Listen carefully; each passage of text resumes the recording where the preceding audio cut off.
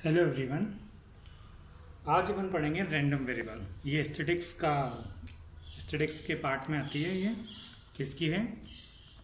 Statistics, सांख्यिकी का है। ठीक है। अब सबसे पहले अपन पढ़ेंगे रैंडम वेरिएबल। रैंडम वेरिएबल मतलब यादृच्छिक विचर। ये रैंडम वेरिएबल अपना टॉपिक है और हिंदी में इसको बोलते हैं यादृच्छिक विचर। अब वेरिएबल, सबसे पहले अपने को पता होना चाहिए कि वेरिएबल होता क्या है। और वेरिएबल अपन पहले ही पढ़ चुके हैं, कई बार ओडी में पढ़ चुके हैं, मतलब डिफरेंशियल कैलकुलस पढ़ लिया है, अवकलन वगैरह इनमें सभी में पढ़ रखा है कि वेरिएबल क्या होता है। चर वो होता है जिसका मान बदलता रहे। मतलब जैसे अपन एक्स वाई जेड मानते हैं, जैसे एक्स है, वाई है, ए बी, इनके मान अपन मान लेते हैं कि इनका मान चेंज होता रहता है। तो वही क्या कहलाता है अपने पास? वेरिएबल, मतलब चर। ठीक है। अब ऐसे ही रैंडम वेरिएबल होता है यादृच्छिक विचर, मतलब जो अपन मान सकते हैं। तो रैंडम वेरिएबल होता क्या है कि अपन कोई भी वेरिएबल उसका मान चेंज तो होगा, लेकिन अपने को पता होना चाहिए कि उसका मान क्या क्या आ सकता है। जैसे अपन हेड टेल ले लेते हैं, तो अपने को पता है कि या तो हेड आएगा या टेल आएगा। ठीक है। ऐसा तो नहीं है इनके अलावा कुछ आ जाए, तो इनके अलावा कभी कुछ नहीं आएगा। एक सिक्का उछालने पे या तो हेड आएगा या टेल आएगा। तो ये रैंडम वेरिएबल होते हैं। दूसरा इसमें क्या होता है, अपने को पता होता है कि इसकी प्रायिकता कितनी है। जैसे हेड आने की प्रायिकता अपने को पता है कि 1/2 है, टेल आने की 1/2 है। रचित और पट दोनों आने की प्रायिकता 1/2 है। तो वो वेरिएबल क्या कहलाते हैं? Random variable. तो रैंडम वेरिएबल क्या होगा कि ऐसा वेरिएबल इसकी प्रायिकता अपने को पता हो, या जो मान आने वाला हो उसके बारे में अपने को पता हो, वो कहलाता है रैंडम वेरिएबल। ठीक है। अब नेक्स्ट है अपने पास प्रोबेबिलिटी डिस्ट्रीब्यूशन। प्रोबेबिलिटी डिस्ट्रीब्यूशन मतलब जो प्रायिकता है। अब यहाँ पर क्या होगा, सिर्फ एक ही नहीं होंगे, एक से ज़्यादा रैंडम वेरिएबल होंगे। मतलब ये एक्स रैंडम वेरिएबल है, इसके मान कुछ इस टाइप से x1, x2, xn, बहुत सारे मान हैं। तो सबकी कोई ना कोई प्रायिकता होगी, जिससे x1 की p1 होगी, x2 की p2 होगी, xn की pn होगी। तो सबकी प्रायिकता अलग अलग होगी। अब x की टोटल ये x है, इसकी प्रायिकता अपन ने क्या मानी है? px। तो x1 की क्या हो जाएगी? p1, x2 की p2, xn की pn। तो ये जो अपन ने लिखा है इसी को कहते हैं प्रोबेबिलिटी डिस्ट्रीब्यूशन, मतलब बांटना, प्रायिकता बंटन। मतलब अपन ने बांट दिए, x1 के p1 में, x2 के p2, xn pn, ऐसे बांट दिए। तो ये होती है अपनी प्रायिकता बंटन या प्रोबेबिलिटी डिस्ट्रीब्यूशन। अब इसमें कंडीशन क्या होनी चाहिए प्रोबेबिलिटी डिस्ट्रीब्यूशन में, कि अपने पास जो ये सारी प्रोबेबिलिटी आएगी, ये जितनी प्रोबेबिलिटी आएगी, अगर उन सबको ऐड कर लिया जाए तो वो 1 होगी। ठीक है। तो ये जो समूह होगा, मतलब जो एक ग्रुप है इसकी प्रायिकता जो भी होगी, उन सबको ऐड किया जाए तो उनका आंसर 1 आएगा। ये अपना नेसेसरी कंडीशन है, मतलब आवश्यक प्रतिबंध है। ठीक है। अब इसमें क्या होता है कि अपन पी को अपन ऐसे भी लिख सकते हैं कि Fi/n,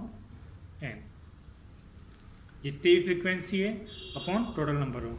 जैसे अपन मीन निकालते हैं उसी टाइप से यहाँ प्रायिकता है। ठीक है। तो इनके परिणाम बिल्कुल सेम ही होते हैं कि अपन वैसे निकालें या ऐसा निकालें, दोनों का मान सेम ही होता है।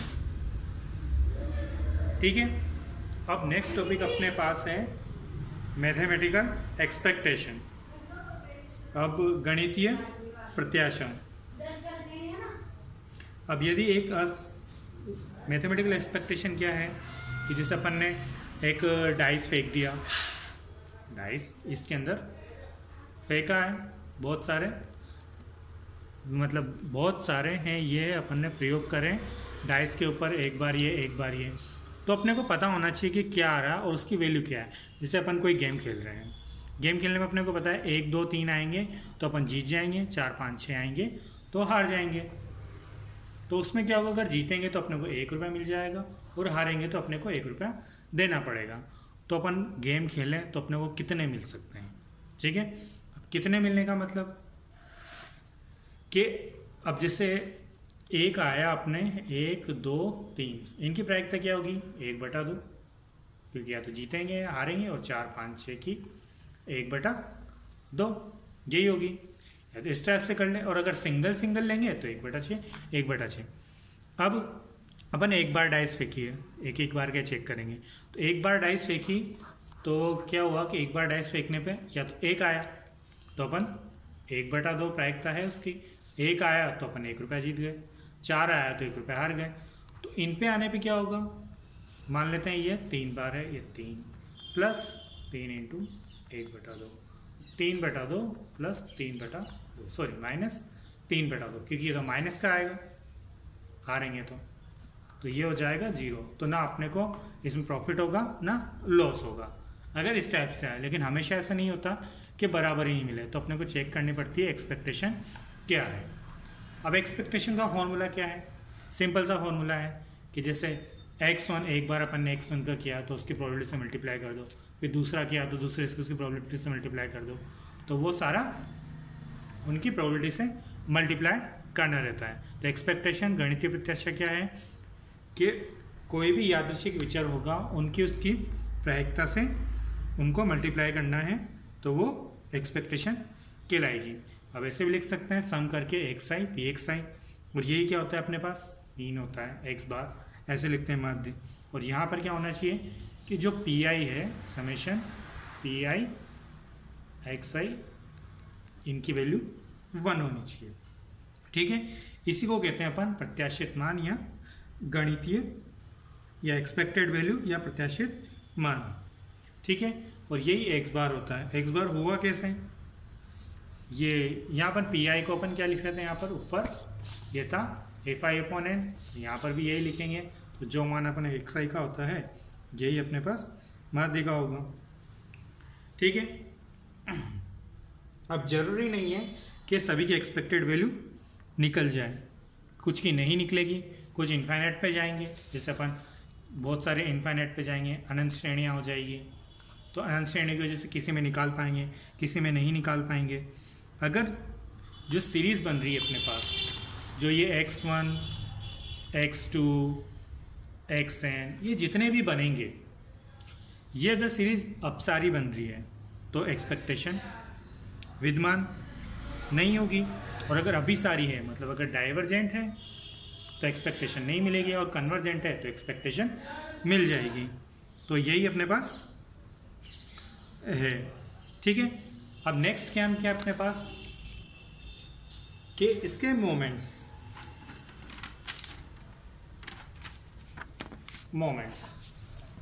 अपन पहले भी पढ़ चुके हैं, इससे पहले अपन ने मोमेंट्स पढ़ रखे हैं, पिछली क्लासेस में पढ़ चुके हैं मोमेंट्स क्या होते हैं। यहाँ पे भी अपन ये पढ़ लेंगे। अब मोमेंट्स यहाँ अपन एक्सपेक्टेशन के रूप में पढ़ेंगे। अब एक्सपेक्टेशन के रूप में कैसे कि ये जो डेफिनेशन होती है वो इस टाइप से होगी कि mu dash R equal to expectation of x की पावर r। तो इसको अपन कैसे लिख सकते हैं, समेशन पी आई एक्स आर, क्योंकि x क्या होता है expectation x P I x I का सम होता है, यहाँ x की पावर r है तो इसका हो जाएगा। अब इससे अपन r इक्वल टू 1 निकाल सकते हैं, r इक्वल टू 2 निकाल सकते हैं, इस टाइप से निकाल लेंगे। अब मोमेंट्स भी अपन ने 2 देखे थे, एक तो जनरल मोमेंट्स, एक सेंट्रल मोमेंट्स। पहले जनरल मोमेंट्स निकाल के देख लेते हैं। r इक्वल टू 1 करेंगे तो म्यू 1 डैश होगा, वो क्या हो जाएगा एक्सपेक्टेशन x, और ये क्या होता है x बार, यही अपना माध्य होता है। सेकेंडली म्यू 2 डैश, वो क्या था एक्सपेक्टेशन ऑफ x स्क्वायर, इसको अपन वैसे कुछ कहते नहीं लेकिन यही निकालते हैं एक्सपेक्टेशन ऑफ x स्क्वायर। अब दूसरा मोमेंट्स क्या कहलाते थे अपने सेंट्रल मोमेंट्स। सेंट्रल मोमेंट्स का मतलब क्या होता था कि जो अपना माध्य निकला उसके अकॉर्डिंग, कि जो भी माध्य है उसके अबाउट अपने को निकालनी थी एक्सपेक्टेशन, वही सेंट्रल मोमेंट्स कहलाएगा। जैसे म्यू आर, तो expectation of X I minus x bar की पावर आर, तो ये हो जाएगा म्यू आर। अब इसको अपन लिख के दे सकते हैं, वही पी आई एक्स आई माइनस एक्स बार की पावर आर। अब म्यू वन अपन वैसे भी पिछली क्लास में पढ़ चुके हैं कि म्यू वन हमेशा 0 होता है। अब यहाँ से कैसे होगा 0 कि म्यू वन को क्या लिख सकते हैं अपन, सम पी आई एक्स आई माइनस एक्स बार, क्योंकि पावर 1 ही होगी तो ये अलग अलग कर लिया जाए। अलग अलग करेंगे तो पी आई को एक्स आई से मल्टीप्लाई कर दिया, और यहाँ पर एक्स बार तो बाहर ही रहेगा, और ये समेशन पी आई। अब समेशन पी आई की वैल्यू तो अपन जानते हैं कि 1 होती है, तो इसकी जगह कुछ नहीं होगा। और ये क्या है, ये भी अपन ने ऊपर पढ़ा कि ये अपना एक्स बार होता है, तो एक्स बार में से एक्स बार गया तो 0 बचा। तो म्यू 1 हमेशा अपने पास क्या होता है 0 ही आता है।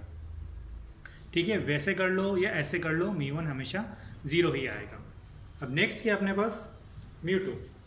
μ2 क्या होता है अपने पास, variance of x। Variance of x क्या है, सिग्मा स्क्वायर अपन इसको बोलते हैं, वो आगे पढ़ेंगे तो पता चल जाएगा सिग्मा स्क्वायर क्या है, म्यू क्या है, इसको सिग्मा स्क्वायर अपन बोल देते हैं। अब ये क्या होता है, एक्सपेक्टेशन ऑफ x बार का स्क्वायर, इसको अपन खोलेंगे तो ये आ जाएगा। अब ये क्या चीज़ थी अपने पास, एक्सपेक्टेशन ऑफ x, μ2 डैश, और ये क्या है, μ1 डैश का स्क्वायर, और यही अपना μ2 था, अपन पहले भी कर चुके थे।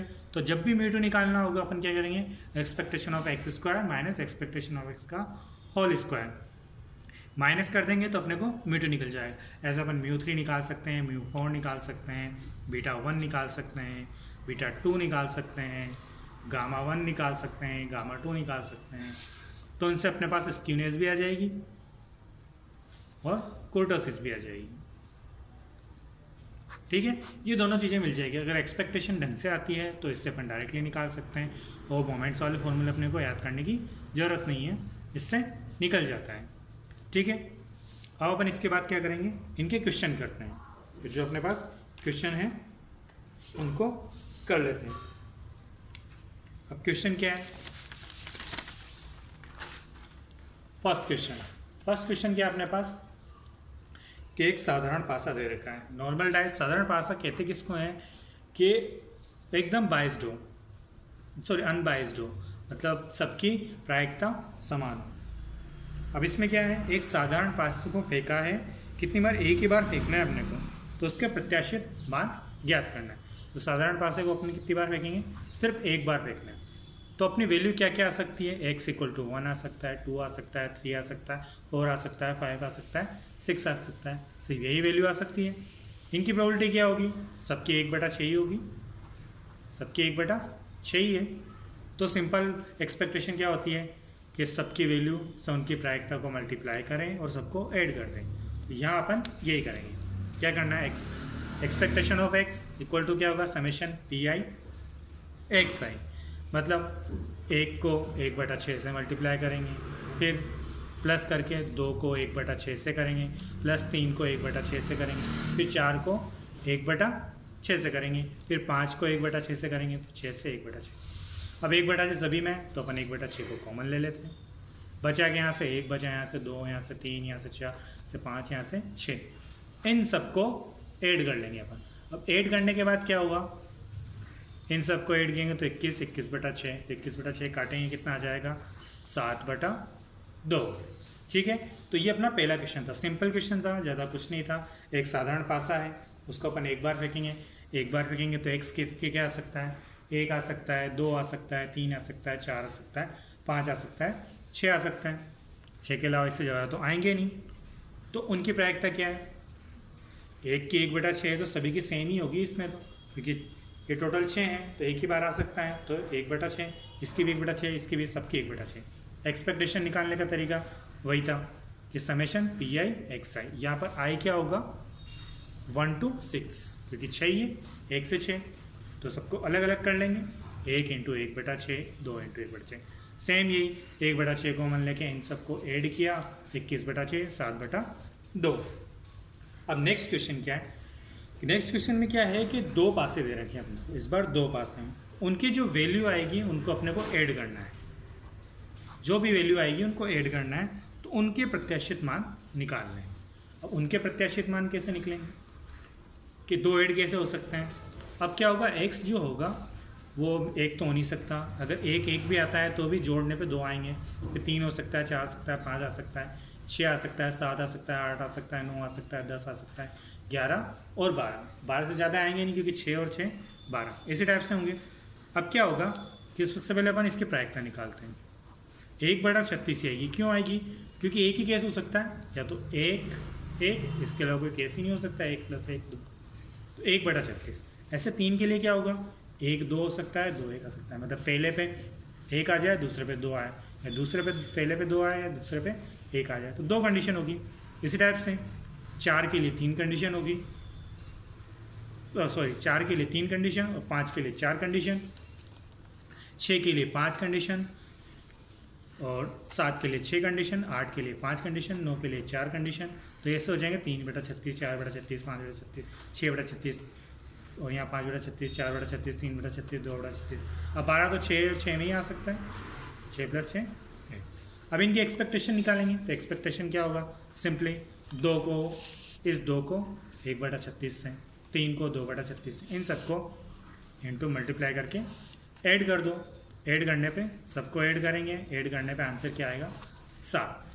सिंपली जो दे रखा है x निकालो, उसकी प्रोबेबिलिटी निकालो, उन दोनों को मल्टीप्लाई करो, सबको जोड़ कर दो, तो वही जो आंसर आएगा अपने पास वो क्या कहलाएगा, अपनी एक्सपेक्टेशन ऑफ, जो भी अपने से पूछा जाए प्रत्याशा, जिसकी भी चीज़ की पूछी जाएगी वो अपने को प्रत्याशा निकल जाएगी। ठीक है, अब ये अपने पास क्वेश्चन हो गए। अब अपन नेक्स्ट क्लास में इसके आगे के क्वेश्चन करेंगे। ठीक है, आज की क्लास में इतना ही, अब नेक्स्ट क्लास में देखेंगे।